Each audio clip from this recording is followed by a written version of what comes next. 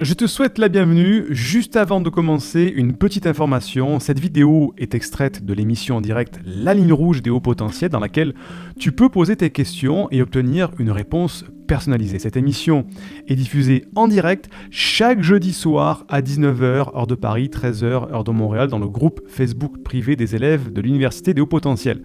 Si tu ne fais pas encore partie de ce groupe d'entraide et de bienveillance, tu peux y accéder en devenant élève de l'université. Pour cela, il te suffit juste de télécharger une première formation offerte dans le cadre de cette campagne de sensibilisation au haut potentiel. Le lien se trouve en description de cette vidéo ou en description du podcast. C'est tout simple, tu m'indiques à quelle adresse je dois t'envoyer la formation et tu la reçois tout de suite. Une question de Benoît qui me dit « On m'a dit plusieurs fois, je me sens bête à côté de toi. Comment gérer ça sans paraître trop condescendant ?» Alors ça, c'est un problème très récurrent chez certains profils psychologiques des hauts potentiels, dans le fait que certains hauts potentiels peuvent paraître arrogants, peuvent paraître blessants, peuvent paraître condescendants, comme tu l'as dit, Benoît. Et bien là, encore une fois, ça passe par la connaissance de soi. Et la connaissance aussi du non-verbal et du verbal.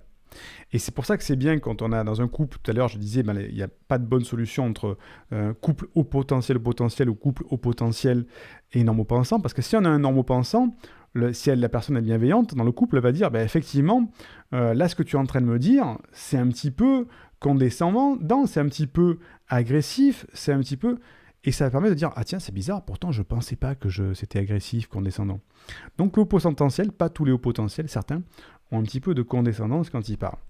Et les gens peuvent se sentir un petit peu ridicules. Comment est-ce qu'on peut gérer ça ? Eh bien là, c'est de la communication. Apprendre à communiquer. Tout à l'heure, on parlait de non-verbal, communication non violente, la CNV, fait partie des solutions pour ça.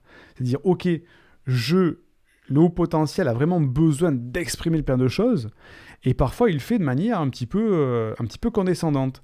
Mais qu'est-ce que je fais ? Je vais faire de la communication non violente. Et rappelez-vous ce que c'était que les piliers tout à l'heure de la communication non violente. Il y en avait plusieurs, il y en avait combien ? Il y en avait 4.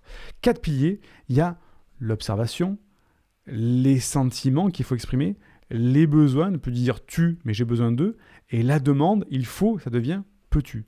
Et dès qu'on commence à exprimer comme ça des idées, parce que le potentiel a les idées très fermes parfois, c'est pas dire il faut que tu fasses comme ça, c'est ça la bonne solution.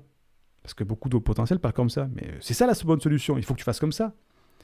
Non, c'est dire ok, Siegfried m'a dit communication non violente. Est-ce que tu peux essayer une autre solution ? Et là, c'est plus du tout condescendant. Et là, au lieu de dire tu dois faire comme ça, parce que c'est ça la bonne solution, t'es nul. Enfin, tu comprends, la solution elle est évidente. Parce que pour le haut potentiel, c'est évident. Mais pour l'autre en face, l'homme pensant, c'est parfois pas évident. Il ne faut pas dire tu, il faut dire j'ai besoin que tu fasses les choses peut-être différemment. J'ai besoin, pour que tu me comprennes, pour que tu comprennes mon point de vue, que tu essayes de faire les choses différemment. Et là, on devient plus condescendant. Donc c'est de la communication. La condescendance. Alors, il y a la communication par le verbal, ce que je suis en train d'expliquer. Il y a aussi la communication par le non-verbal. Mais là, si on commence à parler non-verbal maintenant, j'en ai pour 3 heures. Dans le fait, il faut aussi apprendre la gestuelle derrière. Et c'est de la communication. Donc, Benoît, si on te dit souvent que on se sent bête à côté de toi, entre guillemets, je veux dire, si tu es au potentiel, c'est normal. Mais pour éviter d'avoir ce titre de condescendant, eh bien, il faut employer des méthodes de communication non violente et de la PNL, la bienveillance. C'est se mettre à la place de l'autre. Et je sais que si tu es au potentiel, tu sais te mettre à la place de l'autre. Mais c'est que dans ta perception, dans ton prisme à toi, de haut potentiel, ce que j'ai dit tout à l'heure, la carte n'est pas le territoire, dans ton prisme à toi, eh bien, effectivement, tu n'as pas la même façon de communiquer que la personne en face de toi. Et la personne en face de toi se sent bête et elle te trouve condescendant. Alors que c'est sûrement pas le cas. Donc, c'est de la communication. Tu dis pas tu dis j'ai besoin, tu dis pas il faut que, mais ça devient est-ce que tu peux. Tu exprimes tes sentiments et tu imposes pas de choses. Tu dis je sens que, j'ai besoin que, j'ai ressenti que, etc. en parlant, et tu observes l'autre. Et en observant l'autre, quand tu vois que l'autre commence à avoir le sourcil qui fait mais qu'est-ce qui... Attends, il est en train de me dire que je suis un con ou quoi ? Mais tu vas commencer à comprendre qu'en fait, l'autre personne en face de toi, elle commence à se sentir mal.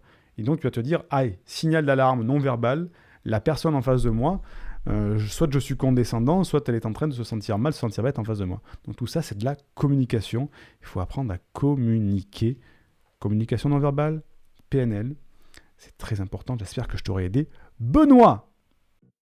Indique-moi en description à quelle adresse t'as envoyé la formation offerte qui s'intitule Canalise tes pensées envahissantes et profite de l'instant présent.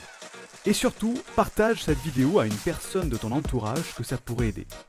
Et n'oublie pas, comme le disait Einstein, la folie c'est de faire toujours la même chose et de s'attendre à un résultat différent. Si tu veux t'épanouir avec la douance, c'est le moment d'utiliser le bon mode d'emploi, celui qui fonctionne avec toi, et de changer pour faire de cette terre un monde meilleur.